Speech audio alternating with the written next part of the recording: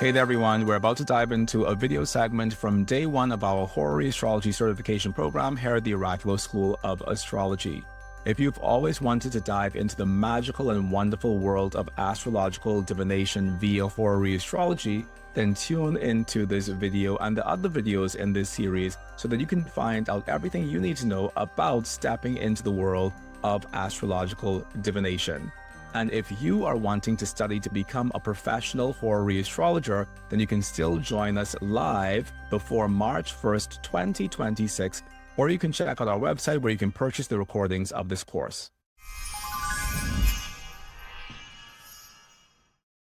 What we want to do in every Horary reading is we want to identify the Querent, we want to identify the Quesited, we want to assess the condition of the moon, and these are the three basic things that we do: Querent, Quesited, moon. And honestly, between me, you, the four walls, and this book, if you only do those three things, Querent, Quesited, and moon, you will establish for yourself a successful horary practice. Now, why is that? It's because if I understand the condition of the person who's asking the question based on the horary chart, and I understand the condition of the thing that that person is asking the question about, and I understand the moon, I pretty much understand everything I need to know about this question. Now, why is the moon important? The moon is important within every horary reading, and the moon is important within every astrology reading in general, because in the words of the medieval astrologer Abraham ibn Ezra, he said that the moon is the celestial root of every operation. The moon is the celestial root of every operation. And this is true from a natal astrological perspective for sure. However, this is not as true, or it is not made as abundantly true in any other system of astrology like it is made abundantly true within horary astrology. And sure, we also have electional astrology, in which we do want the moon to also be in a relatively good state. But in general, this idea is not made as abundantly clear in any other system of astrology than horary astrology, this idea that the moon is the cosmic root of every operation. Now, I try to update the language of the ancients every opportunity I get when it comes to teaching traditional astrology. I'm not changing anything within the traditional astrology, but I'm making the language more contemporary so that it can be more useful for us and so that we can understand it better. So what I say is that the moon is the psychic undercurrent. So we are down here, and the question is, why is it important to assess and understand the condition of the moon? Why is it important for us to assess and understand the condition of the moon? And what I say to people is because, wait a second, what are we doing? I see. And I say that this is because the moon is the psychic undercurrent upon which the horary moment is not built, but established. The moon is the psychic undercurrent upon which the horary moment is established. Ibn Ezra, Abraham Ibn Ezra, tells us that the moon is the celestial root of every operation within our material world.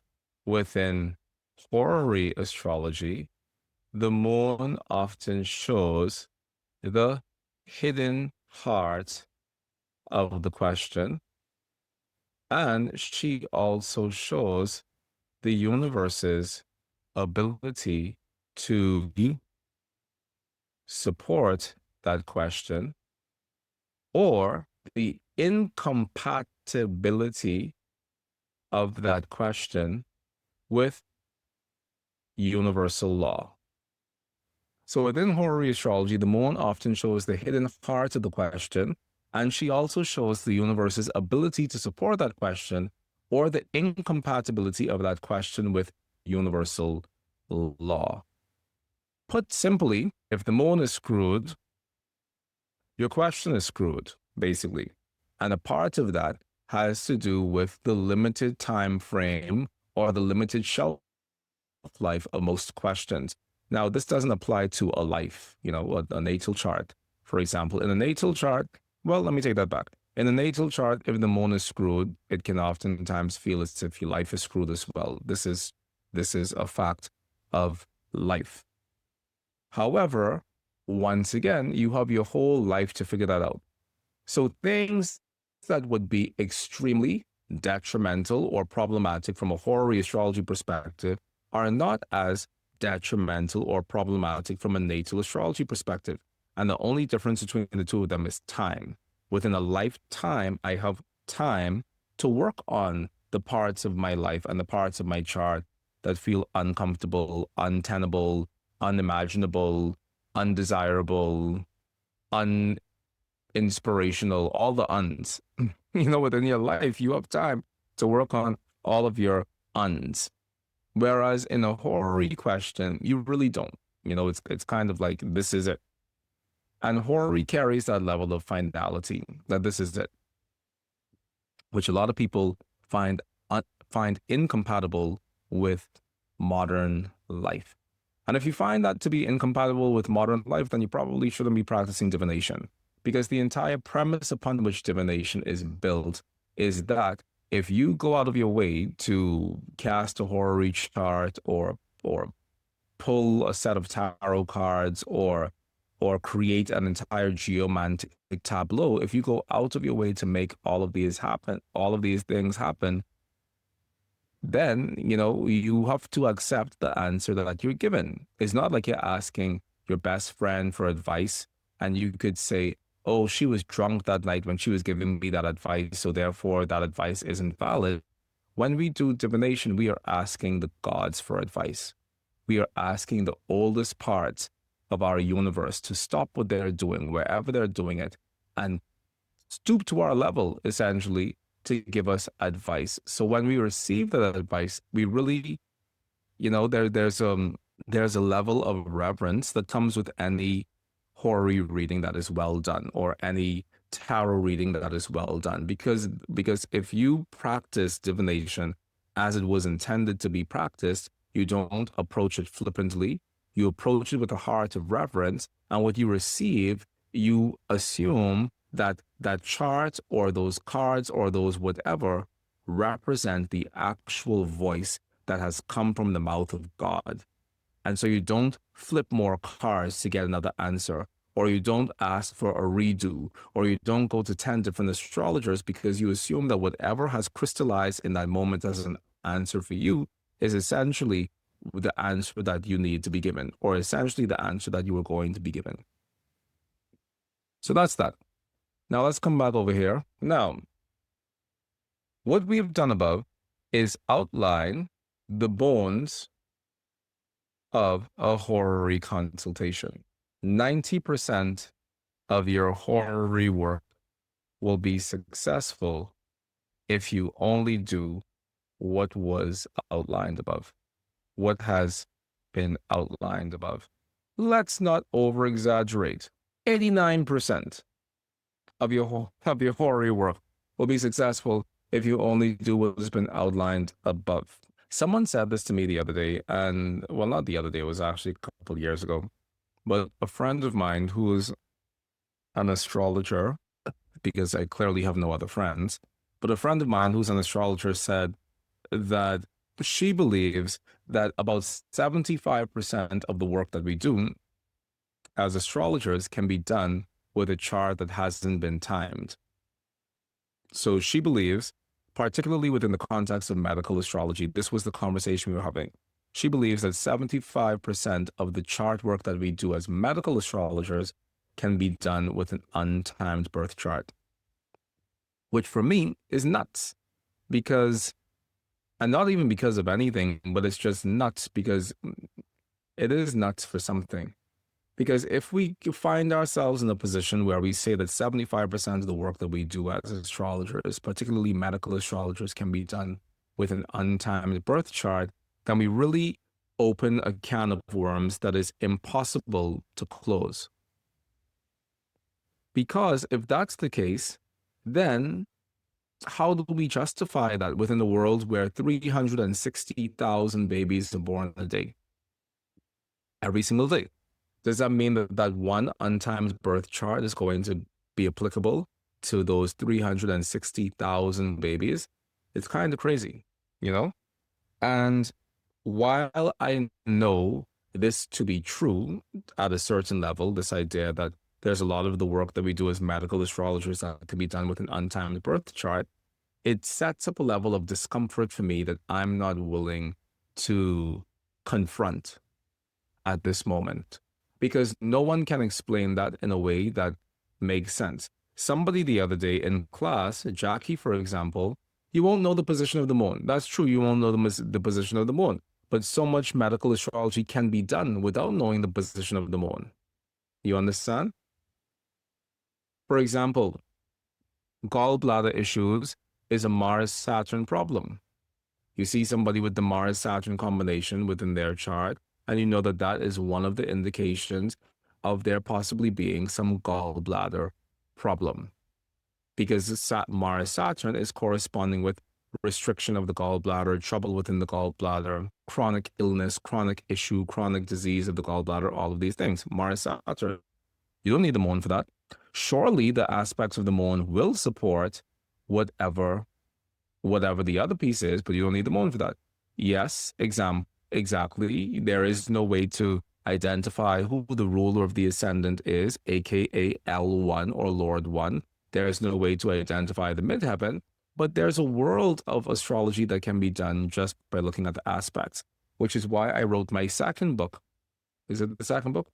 No, it's the third one, which is why I wrote the third book, The New Western Medical Astrology, which is under here somewhere. Let me pick it up for you. I'm not going to pick it up because if I pick it up, then the mic is going to shut off and then everything. Let me just see. Hold on, people. If this whole thing crashes, it's because I'm an idiot. Oh, I'm doing this in such an asinine way that proves that I am of the male gender. Because there's a smarter way to do this. Anyway, here we go. I'm idiot adjacent. Okay. Anyway, so in this book, The New Western Medical Astrology, this is where I do what? What was I just saying? I do something in here. Oh, I do I do planet-based astrology. That's what makes it new. It is planet-based medical astrology, and that's what makes it particularly new. So the point is, there's a lot of astrology that we can do purely based on the planetary aspects. Horary astrology is not one of them, because horary astrology follows a very strict set of traditional rules that falls within the parameters of a very strict approach to traditional astrological practice. And so there really is no way of doing planet-based horary astrology. And I'm saying that with knowing that 80% of that is true, but I also practice Uranian astrology. And I also know that there are people within Uranian astrology land who have attempted to create a Uranian astrology version of horary astrology, or a Uranian astrologer's version of horary astrology, in which case, once again, we're only referring to the planets. And there's a part of that that kind of turns me on and, tickles me and makes me feel like, okay, maybe I should invest some time and energy into developing a system of horary astrology for Uranian astrologers. But I'm also tired, and I also want to go on a vacation, and I also want to see my nephew, who's 2 years old. I have other things I want to do in my life other than continuing to contribute to the astrological community. So I save that for the other Uranian astrologers in the world. But the reality is there's a lot of astrology that we can do that doesn't involve or that doesn't necessarily need an accurately timed chart. And this for me is very stressful. And I think for any person in any position of astrological leadership, if you think about it for a little bit, it must keep you up at night. Because we cannot answer the questions that naturally arise from making a statement like that. Because what is the question? The next question must be, well, shit, what happens to the other 360,000 babies who are also born on the same day that these combinations were occurring within the sky? If the time of birth is no longer a necessary consideration, and if we can do 75% of our work only having the time of birth, how is that even possible?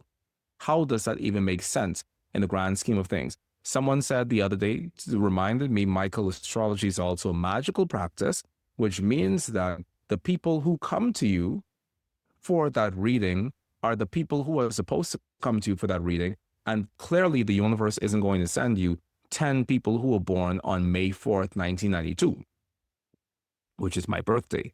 Clearly the universe isn't going to send you 20 people born on May 4th, 1992. The universe is probably going to send you one person born on May 4th, 1992, and then the other person born on May 4th, 1992, 20 years later.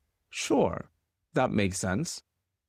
However, we also live in a day and age where you could put out one request on social media. Say, for example, somebody who has 4 million followers puts out one request on social media and say, hey, I want to see all the people born on May 4th, 1992. And 100 people raise their hands. What are you going to do then? Give them all the same reading? You know, it's a conundrum. It's definitely a conundrum, this idea that the untimed chart is even a thing to be considered. That's not something we have to worry about within Horary Astrology, because we are taking the exact time, and that exact time is a very, very important consideration. There's more I have to say about this, but I don't want to say it right now. I just think that we're going to lose time. Okay, so what we have done above is outline the bones of a horary consultation. 89% of your horary work will be successful if you only do what has been outlined above. Let's not exaggerate. 88% of your horary work will be successful if you only do what has been outlined above. What has been outlined above, people? Identify the querent, identify the quesited, assess the condition of the moon. These are the three things that have been outlined above. I'm giving this to you. If you are just joining today for the first time and you have no intention of ever seeing my guts again, I'm giving this to you because this is the important information to know. Identify the querent, identify the quesited, assess the condition of the moon. At some level, people, at some level, all of us who teach horary astrology must be, at the minimum, teaching those three things. Identify the querent, identify the quesited, assess the condition of the moon. You know, I just feel like that's the truth. Like, what else are we doing as people who are teaching horary astrology other than doing those three things? I mean, at some level, the horary reading must begin in a way that makes sense. And that has to be the baseline, that those three things happen. Whether you learn horary astrology from me, whether you learn horary astrology from the other people, whether you learn horary astrology from that other person, whether you learn horary astrology from that other person. That's 1, 2, 3, 4. Whether you learn horary astrology from the four of us who are out here in these streets teaching horary astrology from our astrology school, it's four of us. Whether you, in general, you know, but whether you're learning horary astrology from any of the five of us, from any of the five of us, the reality is that you must be doing those three things.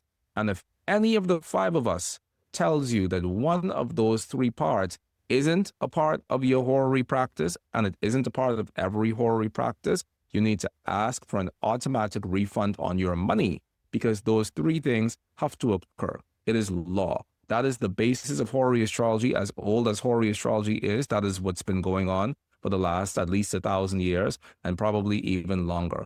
Why? Because that is the basis of divination in general. You identify the querent, you identify the quesited, and in horary astrology, we have the added bonus of being able to identify the moon. But even in geomancy, for example, you have the two witnesses. And the two witnesses, for all intents and purposes, they carry a lunar connotation within geomancy. Even in tarot, if you're doing the Celtic cross spread, for example, you have the card that's at the basis of the Celtic cross, which represents the spiritual undercurrent of the question, the background of the question, the energetic undertone of the question.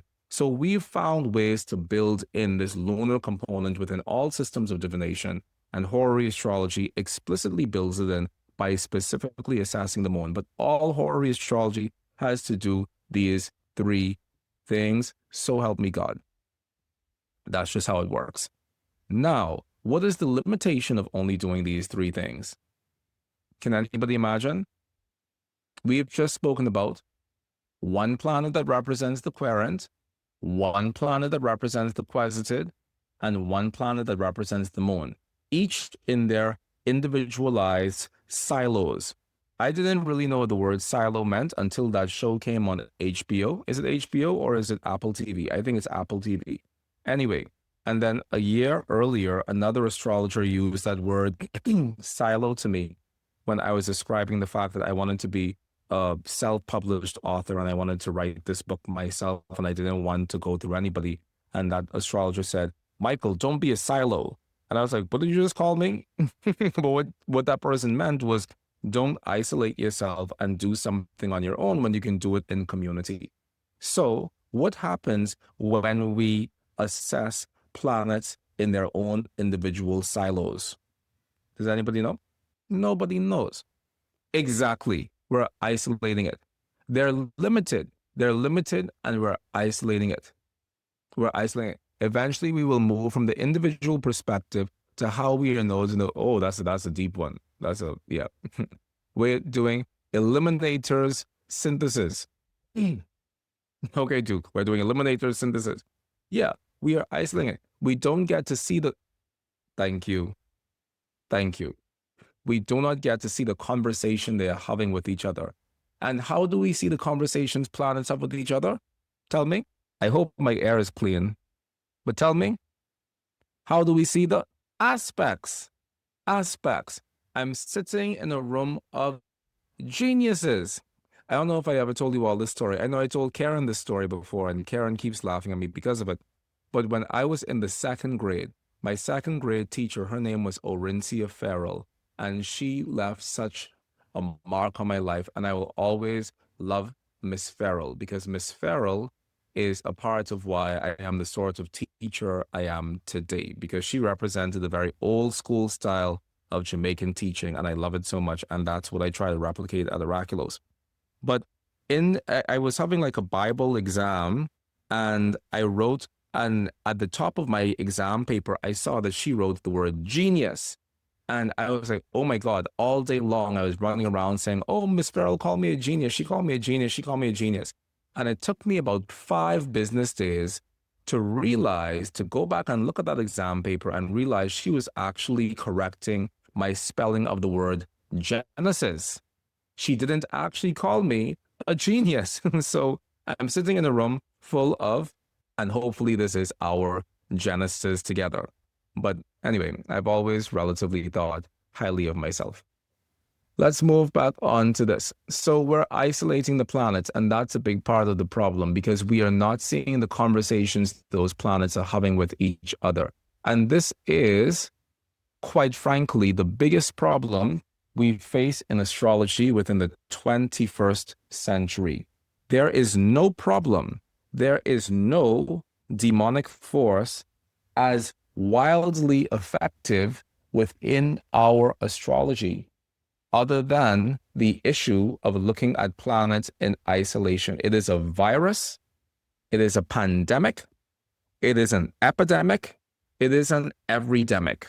There is no viler force within our astrology than the demon that causes us to continue to look at planets in isolation as a complete practice within itself. This needs to stop. Honestly, the dilemma of astrology in the 21st century. What does this mean? What this means is that we do not know how to do aspects. We don't know how to interpret aspects. Put simply, we do not know how to interpret aspects. There's that red demon face on the iPhone. I want to put it in the back here, but I don't know how to do it. Anyway, we don't know how to interpret aspects, people. This is the biggest problem that we have in astrology today. We are really aspect deficient. We need to stop talking about where we get our protein from and start talking about why we don't know how to interpret aspects, because we are aspect deficient in this 21st century, and it's a crying shame, honestly. Why is this? Why are aspects important? To bring it back home, aspects are important because they represent the next step of our rubric. What the hell? What is a rubric? I already told you before what's a rubric, so you're going to need to keep up. Mychal's Horary Astrology rubric. Take 2. Part 1 is, what is part 1? Identify the querent. I almost wrote the IDF. No, you have to identify the querent. Oh, what's the next one? Identify the Quesited, assess the moon, and actually it's not really the next part, but whatever, we'll say it's the next part. The aspects is what we want to do next. The aspects, if I take out the actual next part, which isn't really necessary, and just put aspects, this would be quite fine. The aspects are what comes next, because what comes last is the final judgment. That's the last part of any horary reading, isn't it? Oh, that was huge and overwhelming and all sorts of stuff. That nearly took my breath away. But thank you for doing that. So the aspects represents the final part of this whole identify, assess situation. It's the aspects and then the final judgment. Final judgment. Who was I speaking to about this the other day? I was speaking to Judith Hill, whom we have a mutual respect for each other. We practice very, very, very vastly different systems of astrology, Judith and I, and there is no comparison, truthfully. However, we have an enormous respect for each other because I know that Judith can read a chart. And Judith knows that I can read a chart. And within the astrological world, it is a very uncommon thing to see an astrologer willing to put their career on the line by just reading a chart. It's a very, very, very uncommon thing to see somebody sit down and do a blind chart reading. And I've seen Judith do that to my satisfaction, and she's seen me do it to her satisfaction. And so I will forever sing Judith's praises from the perspective of her being a person who I know can read a chart, which feels like the low-hanging fruit of what we do as astrologers, but it's a very rare skill, and we really don't see it demonstrated half as much as we should see it demonstrated. Judith also wrote this wonderful foreword, and she wrote this at the bottom. She said that mastering traditional astrology may well be the most comprehensive book on traditional Western astrology ever written, from Judith Hill. Anyway, I was speaking with Judith about this one day, and she said, we were talking about the word judgment, and she said, Mychal, people don't like to use the word judgment. We don't like to use the word judgment. We don't like to think about the word judgment because it makes us feel as if we're practicing astrology in a way. I don't even know why. People just don't like to use the word judgment. And a big part of this has to do with Alan Leo in the early 1900s and the effect that he had on astrology. But I'm not going to give you all that history lesson today. But the reality is we don't like to use the word judgment. We don't like to use the word bad. We have no problem using the word good, but there's something about using the word bad in relationship to astrology that strikes a chord within us that feels uncomfortable or dirty or whatever, It's bad to get your finger accidentally chopped off. I believe 1,000% that it is awful, terrible, and diabolical to get your finger accidentally chopped off. But there are astrologers who would rather not think that bad things happen in the world. And so as a result of that, we find ourselves in a generation of astrology that doesn't have the ability to make judgments about anything. Everything is up in the air. Everything is a field of morphic possibility, and we don't have the ability to say anything with any level of definition or definitiveness. It's a problem. It's a problem. Because if you hire a lawyer to defend you in court, you expect that that lawyer will defend you based on their own definition of you being in the right or you not being the person who is guilty. And you expect that the final verdict be given and that you get off the hook. Essentially, that's why we go to court. I don't know if that's the only reason we go to court, but I think that at the basis, that's kind of why we go to court. That's why Luigi, people are ready to give him a sainthood, but that's why Luigi is in court right now, to figure out, who really shot the man. And apparently his lawyer is doing such a good job that we're starting to think that it wasn't Luigi, which is crazy. Because anyway, how do we even get there? The point is that judgment, like we need for there to be a verdict for things. There must be a verdict for things. Otherwise, why are we even doing? Can you imagine a court case going on forever? Sometimes a court case does go on forever. Like, what's her face? Amber and Johnny Depp. Didn't that go on for like a whole month and a half or something? And I was like, oh my God, give me a break. This girl is a psycho. Sometimes court cases do go on forever. And then when they go on forever, we start to feel antsy, like, oh my God, when will it end? We need judgment. We need to be able to come to the definitive conclusion of things. And we need to be able to do that with some level of confidence.